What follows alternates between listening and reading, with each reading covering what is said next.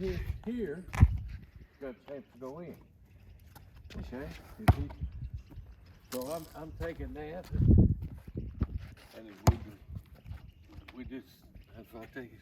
Tom, why don't I be the test dummy here? You don't even shoot. Let him do it once. Off top of your head? I want you to shoot it off the top of the head, but now listen, before we go, we come up and we put the ball right down between us. All right, I want you to go. So I'm gonna ask him to set up how he would shoot the ball. The V points directly to my target. This one, I hold the ball in. In fact, if I pull this arm down here, I can't see the target. So I'm out here, the V points the target, I'm gonna drop it in. Now, coach is watching me, so we saw it right like that. Yours is up here. All right, I'm gonna shoot first. How was that? No, no. I got to come here, elbow out. I see the target above my head, looking over it. Drop it in. See my hand? Yeah. The V points right to the target. See, and he does the same thing left-handed. That'll work. Now, wait, did you see where his left hand was? Do it again. Exactly like you did it. Get it out of the way. Watch what I do. See my hand? Yeah. Both of them. See, that gets away from the ball. That don't bother it. See, all it do is holding it on target. There. So then, Coach, this John Wooden would do this. This came out, and the kids they hated it because they didn't have the ball. So he'd make them go through it, and he'd go around to every two, and he'd look and see if it's following through. Now we take the ball, and he said, okay, cock the gun. What does that mean? Then it won't fire if it's not cocked. See the gun, which way is that pointing now? Pointing to the ground. So he says, cock the gun, and that means, and we follow through. I'm holding this here with the right hand. So this is cocked. See, if I'm sitting here and he's guarding, I'm here, I can't shoot from here. But if I go like this and I cock that gun, I look over the ball and then I look under the ball, got a chance. Now, if Chad shoots at the top of my head, he's up and he got it cocked, everything, and he shoots at the top of my head and it hits here, will it go in? No. Why not? Because it'll hit the rim. It's got to drop in. So I saw you say, well, my form was bad. It wasn't, your form wasn't bad, but you never started from a cocked gun. So okay, now he shoots it, he's gonna drop it on top of my head. Hold on, I was gonna miss. Why don't you shoot at my head and you watch? You got glasses on, Tom.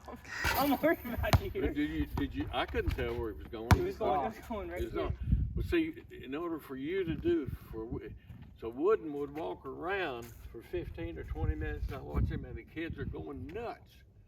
No balls. And then he gives them a ball, and then every time they shoot, like you said, he'd let them hit them on top of the head, or hit them here, and it has no chance to go in.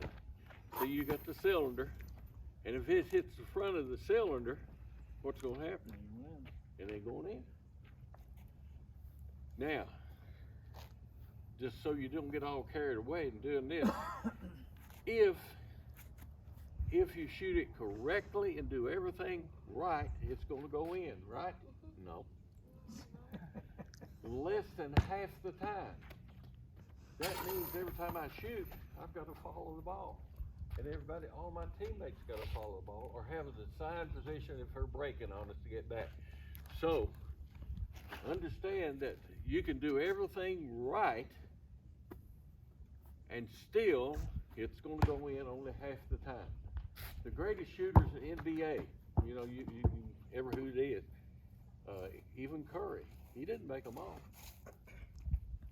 Better percentage, but you can watch and his follow through, and he's almost surprised when it doesn't go in. Now, when we first start, we're surprised if it does go in. But if I do that every time, and I shoot correctly every time, and I become a good shooter, got good touch, if I can shoot 40%, you can play for me. I had boys that would tell me, well, coach wouldn't let me shoot. Because this guy I wouldn't let him shoot. You know why I wouldn't let him shoot? He could only make 20%. Even if he did everything right.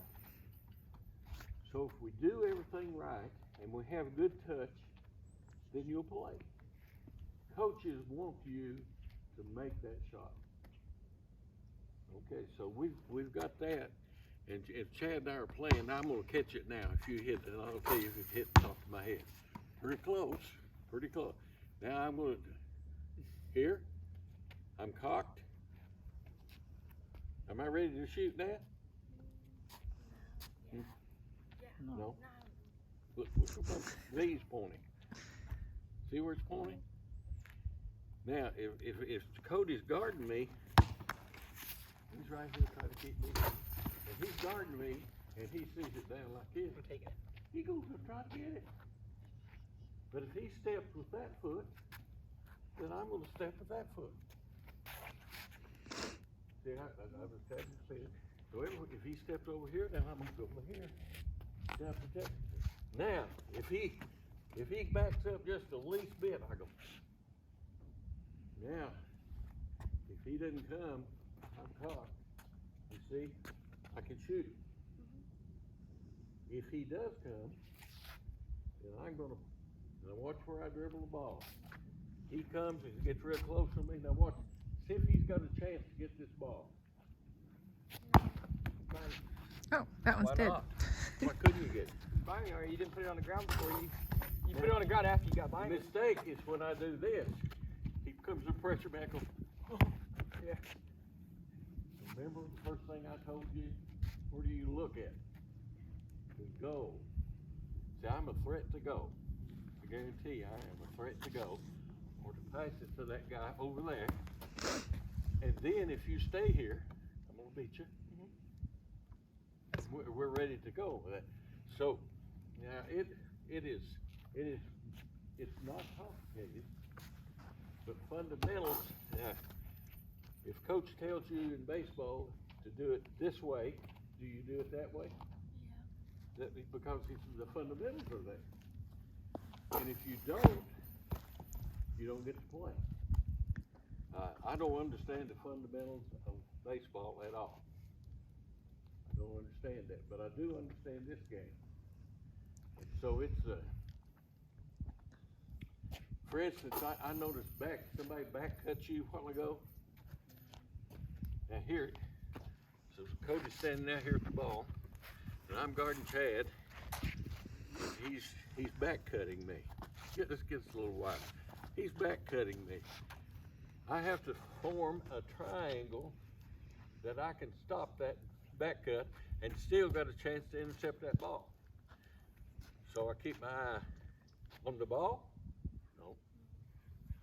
On him. No. In between. And I see him start to move. I go, closing the triangle. And he keeps cutting. I go, boom. Just to check. Just to check to see. So then we'll come on back in. And then he said, well, I'm not getting to him, so I'm going to post him up. So then I just step in front of him, and we go into a fight then. Now, that is,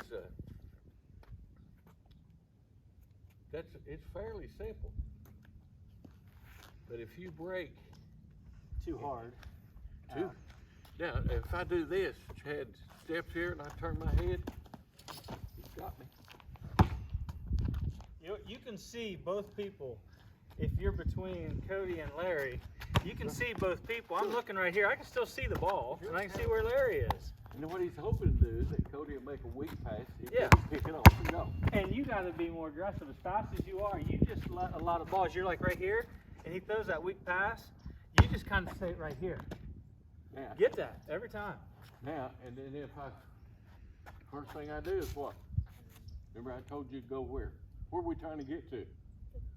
Go. So here, so if I look like that, he knows I'm not going.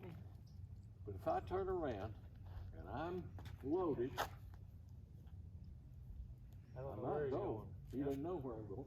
Or I might fake here and go here. Any of that.